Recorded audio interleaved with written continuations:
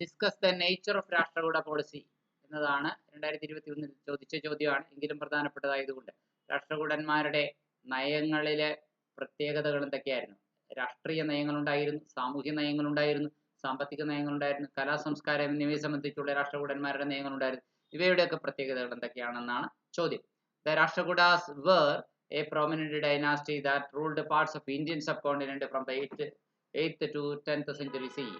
ആദ്യം തന്നെ ഇൻട്രൊഡക്ഷൻ നമ്മൾ പറയാം രാഷ്ട്രകൂടന്മാരെ കുറിച്ച്. ഏത് എസ്സേ വന്നാലും നമുക്ക് ആദ്യം തന്നെ പറയണം ഇന്ത്യൻ ഉപഭൂഖണ്ഡത്തിൽ 8-ാം നൂറ്റാണ്ടിലും 10-ാം നൂറ്റാണ്ടിലും ഇടയ്ക്ക് ഭരണം നടത്തിയ പ്രമുഖരായ രാജവംശമായിരുന്നു, പ്രോമിനന്റ് ആയ ഒരു ഡൈനാസ്റ്റി ആയിരുന്നു എന്ന് പറയണം. ഇവരുടെ ഭരണം, അവരുടെ നയങ്ങൾ, Rashtrakuta policy can be understood through various aspects. അത് പല വശങ്ങളിലൂടെയാണ് നമുക്ക് മനസ്സിലാക്കാൻ കഴിയുക എന്ന് പറഞ്ഞിട്ട് അത് ഏതൊക്കെയാണെന്ന് 1, 2, 3 എന്ന് എഴുതി പറയാവുന്നതാണ്, ലിസ്റ്റ് ചെയ്യാവുന്നതാണ്. 1 പൊളിറ്റിക്കൽ ആയിട്ടുള്ള നയങ്ങൾ, 2 കൾച്ചറൽ ആയിട്ടുള്ള അവരുടെ പോളിസികൾ, 3 ഇക്കണോമിക് ആയിട്ടുള്ള ഡയമെൻഷൻസിൽ അവർ നടത്തിയ പോളിസികൾ. ഇതിലെ പൊളിറ്റിക്കൽ ആസ്പെക്റ്റുകൾ എന്ന് പറഞ്ഞാൽ അവരുടെ പടയോട്ടങ്ങളും പിടിച്ചെടുക്കലുകളും ആധിപത്യങ്ങളും ഒക്കെയാണ്. അതായത് രാഷ്ട്രകൂടന്മാർ വളരെ അംബീഷ്യസ് ആയിട്ടുള്ള ഭരണാധികാരികളായിരുന്നു. കൂടുതൽ പ്രദേശങ്ങളിലേക്ക് തങ്ങളുടെ സാമ്രാജ്യം വിപുലീകരിക്കണമെന്ന്, എക്സ്പാൻഡ് ചെയ്യണമെന്ന് ആഗ്രഹിച്ചിരുന്നവരാണ്.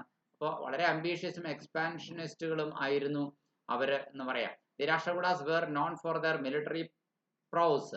അവരുടെ സൈനികമായ ശക്തിക്ക് അവർ പേരുകെട്ടവരാണ്. ആൻഡ് അംബീഷ്യസ് എക്സ്പാൻഷനിസ്റ്റ് പോളിസീസ്, വളരെ ഉത്കർഷേച്ഛയോടുകൂടി ഉയരണമെന്ന ആഗ്രഹത്തോടുകൂടിയുള്ള വിപുലീകരണ നയങ്ങൾ കൊണ്ടുവന്ന ആൾക്കാരുമാണ് എന്ന് പറയാം. They undertook successful military campaigns. വിജയകരമായ സൈനിക പടയോട്ടങ്ങൾ അവർ നടത്തി. Extending the rule over a significant part of the Deccan region and beyond. Deccan പ്രദേശത്തിനും അതിനപ്പുറം അവരുടെ ഗണ്യമായ ഭരണം അവർ കാഴ്ചവെക്കുകയും ചെയ്തു. പിടിച്ചെടുക്കലും മറ്റൊക്കെ അവർ നടത്തി എന്നതാണ്. മറ്റൊന്ന് നയതന്ത്രമാണ്, അതായത് ഡിപ്ലോമസിയാണ്. While military conquest played a crucial role, അതായത് സൈനിക പിടിച്ചെടുക്കലുകൾ, കീഴടക്കലുകൾ ഒരു ഗണ്യമായ നിർണായകമായ പങ്ക് വഹിച്ചെങ്കിലും Rashtrakutas also engaged in diplomatic relations with neighbouring kingdoms. അയൽ രാജ്യങ്ങളുമായിട്ട് നയതന്ത്ര ബന്ധങ്ങൾ സ്ഥാപിക്കുക എന്നുള്ളതും അത് ഉറപ്പുവരുത്തിയിരുന്നു. They often formed alliances or entered into treaties to maintain stability in the regions under their control. അവരുടെ നിയന്ത്രണത്തിന് കീഴിലുള്ള പ്രദേശങ്ങളിൽ അവർ സ്ഥിരത നിലനിർത്താനും അതുപോലെ തന്നെ ഉടമ്പടി ഒപ്പുവെക്കാനും ഒക്കെ തയ്യാറായിരുന്നു. അടുത്തത് കൾച്ചറൽ ആസ്പെക്ട്. നമ്മളിപ്പോൾ ചർച്ച ചെയ്ത പൊളിറ്റിക്കൽ ആസ്പെക്ട്. ഇനി രാഷ്ട്രീയ വശം കഴിഞ്ഞാൽ സാംസ്കാരിക വശമാണ് നമുക്ക് ഡിസ്കസ് ചെയ്യാനുള്ളത്. എന്താണ് സാംസ്കാരിക വശത്ത് കൾച്ചറൽ ആസ്പെക്റ്റിൽ പറയുന്നത്? കൾച്ചറൽ ആസ്പെക്റ്റിൽ പറയുന്ന ഇത്രയുള്ളൂ: patronage of art and culture. കലയുടെയും സംസ്കാരത്തിന്റെയും രക്ഷാധികാരത്വം വഹിച്ചിരുന്നവരാണ് രാഷ്ട്രകൂടന്മാരെന്ന് പറയാം. Rashtrakuta rulers were patrons of art and culture. സംസ്കാരത്തിന്റെയും കലയുടെയും ഉപാസകരായിരുന്നു. അവർക്ക് രക്ഷാധികാരത്വം കവികൾക്കും കലാകാരന്മാർക്കും അവരുടെ ചെലവിനുള്ള പണവും മറ്റുമൊക്കെ കൊടുത്തിരുന്നത് അവർ സഹായിച്ചിരുന്നവരാണ്. They contributed to the development of literature. സാഹിത്യത്തിന് സംഭാവന ചെയ്തു. സ്കൾപ്ചർ, ശില്പവേലയ്ക്ക് സംഭാവന ചെയ്തു. വാസ്തുവിദ്യയ്ക്ക്, architecture and Kalidasa temple at Ellora. കൈലാസ ക്ഷേത്രം എല്ലോറയിലുള്ളത്. The Kailasa temple at Ellora a UNESCO world heritage site. എല്ലോറയിലുള്ളത് ഒരു ഐക്യരാഷ്ട്രസഭ യുനെസ്കോയുടെ പൈതൃക മന്ദിരമായി സൈറ്റായിട്ട് പ്രഖ്യാപിച്ചിരിക്കുന്നു.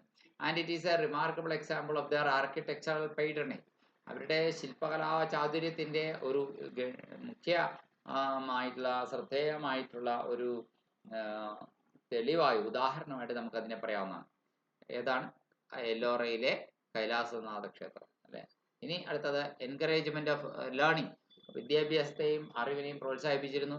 അതാണ് അവരുടെ വിദ്യാഭ്യാസ നയം. Rashtrakuta supported centres of learning. വിദ്യാകേന്ദ്രങ്ങൾ തുറന്നു. Attracting scholars and intellectuals to their court. അവരുടെ കൊട്ടാരത്തിലേക്ക് പണ്ഡിതന്മാരെയും അതുപോലെ തന്നെ കവികളെയും കലാകാരന്മാരെയും ഒക്കെ അവർ സ്വാധീനിച്ചു, ആകർഷിച്ചു.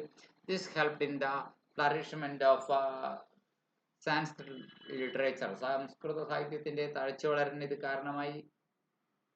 ഫിലോസഫിയുടെ ആൻഡ് അതർ അക്കാഡമിക് ഡിസിപ്ലിൻസ് ഒക്കെ ഡ്യൂറിങ് ദ റൂൾ. മറ്റ് അക്കാദമിക് വിഷയങ്ങൾക്കും അവർ വേണ്ടത്ര പ്രോത്സാഹനം നൽകി അവരുടെ ഭരണകാലഘട്ടത്തിൽ. ഇനി സാമ്പത്തിക വശം, economic aspect. Trade and commerce, കച്ചവടവും വാണിജ്യവും വളരെ സജീവമായി നടന്നു. These things actively took place under Rashtrakudas. The Deccan region where their kingdom was centered. അവരുടെ രാജ്യ തലസ്ഥാനമായി വെച്ചിരുന്ന ഡെക്കാൻ പ്രദേശം ഒരു അന്താരാഷ്ട്ര വ്യാപാരത്തിന്റെ ഹബ്ബായിരുന്നു. Was a significant hub for trade routes. The economic policy contributed to the overall stability of the empire. സാമ്രാജ്യത്തിന്റെ സമഗ്രമായ മൊത്തത്തിലുള്ള ഒരു സഹായത്തിന്, പ്രോസ്പെരിറ്റിക്ക് ഈ സാമ്പത്തിക നയം വളരെ പ്രധാനമായിരുന്നു എന്ന് പറയാം. ഇനി അഗ്രികൾച്ചർ, കൃഷിയുമായി ബന്ധപ്പെട്ട കാർഷിക നയമാണ്. Agriculture was a crucial component of the Rashtrakuta economy. Rashtrakuta ഭരണത്തിന്റെ നിർണായകമായ ഒരു ഘടകമാണ്, ക്രൂഷ്യൽ കമ്പണന്റ് ആണ് കൃഷി. The rulers encouraged agricultural activities. ഭരണാധികാരികൾ കാർഷിക പ്രവർത്തനങ്ങളെ പ്രോത്സാഹിപ്പിച്ചു. And the philosophy of the agricultural sector contributed to the overall wealth of the kingdom. ഈ കാർഷിക മേഖലയുടെ വികസനം ആകമാനമുള്ള പുരോഗതിയെ സ്വാധീനിച്ചു എന്ന് നമുക്ക് കാണാവുന്ന രാജ്യത്തിന്. ഇനി മതപരമായ വശം, റിലീജിയസ് ആസ്പെക്ട്സ്, റിലീജിയസ് ടോളറൻസ്, മതസഹിഷ്ണുതയാണ് അത് പറയുമ്പോൾ പറയേണ്ടത്. Rashtrakutas demonstrated religious tolerance and patronised various religious sects. വിവിധ തരത്തിലുള്ള മതവിഭാഗങ്ങളെ അവർ അംഗീകരിച്ചു, സഹിഷ്ണുതയോടെ കണ്ടു. വൈൽ ദേ വർ ഫോളോവേഴ്സ് ഹിന്ദുസം, ഒരു വശത്ത് അവർ ഹിന്ദു മതത്തിന്റെ പിൻഗാമികളാകുമ്പോൾ they may also supported the Jainism, അവർ ജൈനമതത്തെയും പ്രോത്സാഹിപ്പിച്ചു. ആൻഡ് ബുദ്ധിസം, ബുദ്ധമതത്തെയും പ്രോത്സാഹിപ്പിച്ചു. This includes the approach contributed to social harmony within their empire. അവരുടെ സാമ്രാജ്യത്തിനുള്ളിൽ അവർ സാമൂഹ്യ സമന്വയം, ഐക്യം ഉണ്ടാക്കിയെടുക്കാൻ വേണ്ടി അത്ര പ്രാധാന്യമാണ് കൊടുത്തിരുന്നത് എന്നതാണ് ഇതിൽ നിന്ന് നമുക്ക് മനസ്സിലാക്കുക. ക്ഷേത്ര നിർമ്മാണത്തെ കുറിച്ചാണ് ഇനി നമുക്ക് അടുത്ത ഭാഗം, കൺസ്ട്രക്ഷൻ ഓഫ് ടെമ്പിൾസ് എന്ന് പറയുന്ന ഭാഗമാണ്. എന്താണ് ക്ഷേത്ര നിർമ്മാണത്തെ കുറിച്ച് പറയുന്നത്? അതായത് ഇപ്രകാരമാണ് പറയുക, ക്ഷേത്രങ്ങള് ധാരാളമായിട്ട് പണി കഴിപ്പിച്ചിരുന്നു. Rashtrakutas were responsible for the construction of several significant temples reflecting their religious fervour. അവരുടെ മതപരമായ ചായ്വ് കാണിക്കുന്ന തരത്തിൽ അവർ വളരെ ക്ലിയർ ആയിട്ടാണ്. The aforementioned Kailasa temple is a primitive example. നേരത്തെ പറഞ്ഞ കൈലാസ ക്ഷേത്രം തന്നെ ഒരു ഉദാഹരണമാണ്. ഡെഡിക്കേറ്റഡ് ടു ലോർഡ് ശിവ, ശിവന് സമർപ്പിക്കപ്പെട്ട ക്ഷേത്രമാണിത്.